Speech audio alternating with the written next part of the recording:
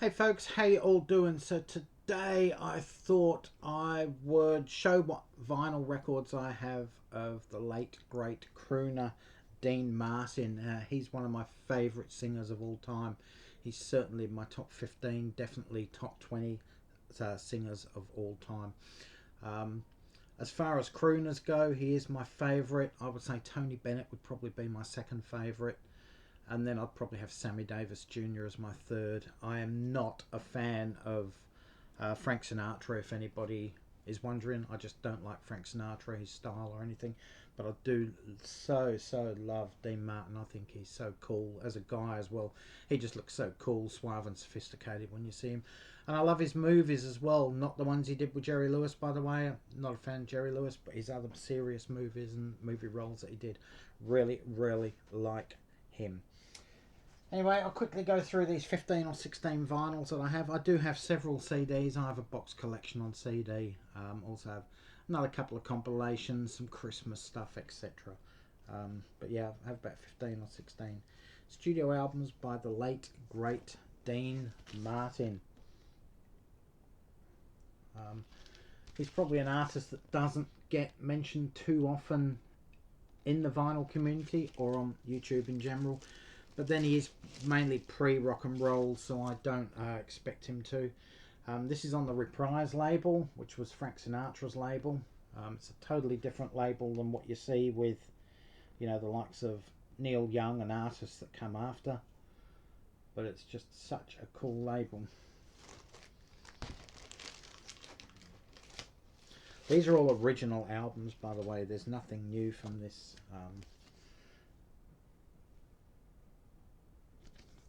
He just sang so many great songs, and his interpretations of them are so good as well. He sort of makes them his own, like Elvis Presley when he sung other people's songs. He made them his own just with the interpretations of them.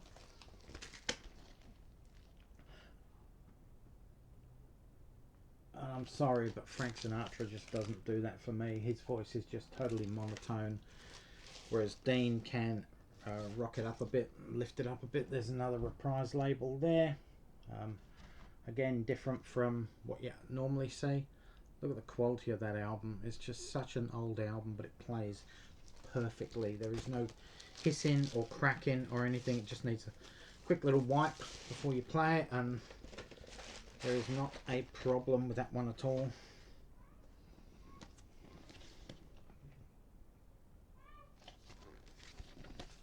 I could listen to, there's probably 3 or 4 artists who I could listen to their voices all day long and not get sick of them. One would be 1968 to 1977 Elvis Presley, when his voice really matured. Another one would obviously be Dean Martin. I think that Bobby Darin would be another one that I could listen to all day without fail, as would Jim Reeves and Willie Nelson, as far as male singers go.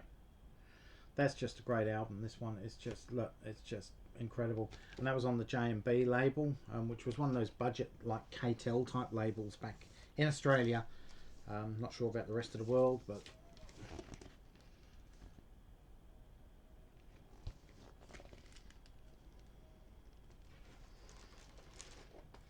that's a really heavy album, that one, for some reason.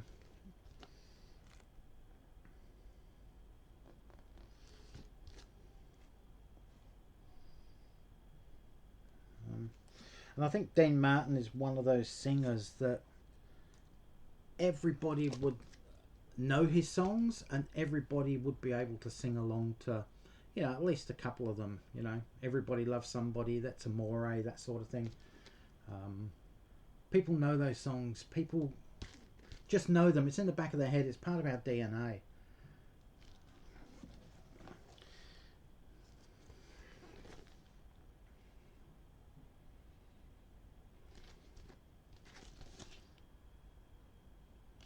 Let's see what this Reprise label's like. Yeah, I've already seen that one. That's not a problem.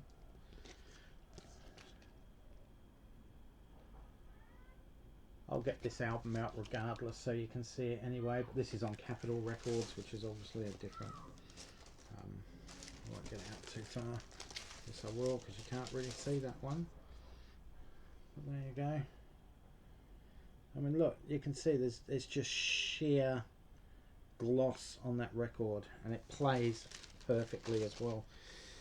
These albums were very well looked after, either by my partner Lynn or by my dad back in the day. My dad was a big fan, and you do inherit some of your music loves from your parents, obviously, because they're the first people that you listen to music by, which is probably why the Beatles, Elvis Presley, and to some extent the Stones are some of my favourite artists, along with I would say Spencer Davis Group would be another one, Dave Brubeck, and obviously the Small Faces and the Kinks and the Who. It's just what I was listening to when I was, you know, a young kid growing up at home, and you are influenced and you're held by what you listened to as a kid. It's on the Regal label. This one. And this album was 1959. There you go. It's an album from 1959. It is the original. And look at that. It's almost perfect condition. The only thing that does lack a bit, I find, has I don't know if it's the glue coming through or what, but it's a bit off colour on some of these little bits here. This is peeling away a bit on this one, but you know, when you think this album is what, 1959, so you know, almost 70 years old, 65, 70 years old, that is in immaculate condition. We have a greatest hits album there for Dino. And if you look at those songs, you probably know just about all them songs, I would say. You really would. That's another, looks like a compilation, that one, Special 73. I don't think it is.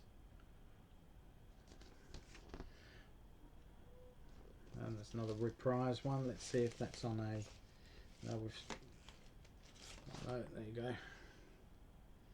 That's pretty close to being a standard reprise label, that one, I think, from memory. Yeah, I think we picked this one up from a second-hand market at some point.